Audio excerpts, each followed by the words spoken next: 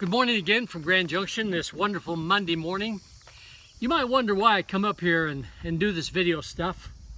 Principally because this bucket reminds me of what I could have been if I hadn't changed my ways. And we talked about this a little bit last week in terms of, all right, if we're going to change our ways, do we get support from it? Where's the support coming from? Is it reliable? And is it easy to do? Well, it is a lot easier than people give it credit for. I would like to take you to where I started in a very, very common sense approach. And from my persuasion, it says if you walk in common sense, you will not walk among the dead and dying. So with that as a backdrop, let's talk about it. If we know that the blood travels around the body, carrying nutrients and taking waste away from the cell, and our whole life depended on our blood and our oxygen, it would make a very, very easy start right there.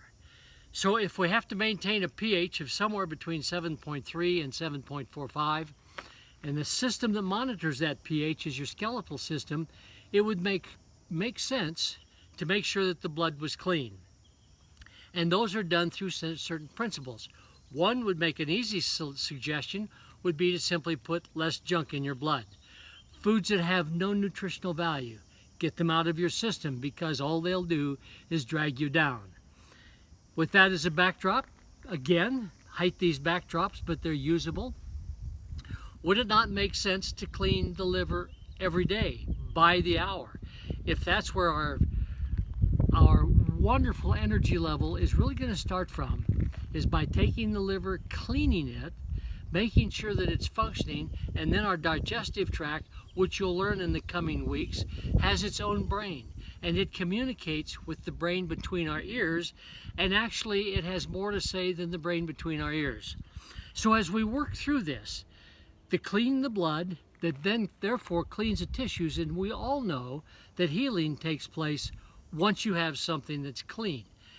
Now we want to make a big issue about that, in that my mom hounded me continually to keep my space clean. My wife picked up on it, and she makes me clean my space. I don't know of a mother on the planet that doesn't hound their kids to clean up their space. And as you see it get junked up, you realize that it's inefficient. So the simplicity of this would to keep the body clean.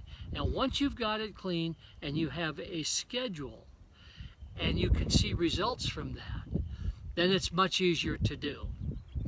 So if we're going to do this, let's look at the nutrients that might help us. One would be red beets, loaded with elements that clean the liver, clean the blood, add oxygen to tissue, and as we experience this incredible influx of oxygen due to nitric oxide that's found, by the way, in beets, then maybe there's a thing that takes place with the brain, and we begin to open up those capillaries and deposit more oxygen into the brain. Maybe our cognitive skills would increase, and that's exactly what's happening. Well, along with that, if we happen to have something that we put in our system that controlled the hormones, our eating habits, gosh, maybe we could begin to lose some weight. A very good friend of mine called me just a little while ago, and he said since he's been on my product called Protein, he's lost 5 pounds.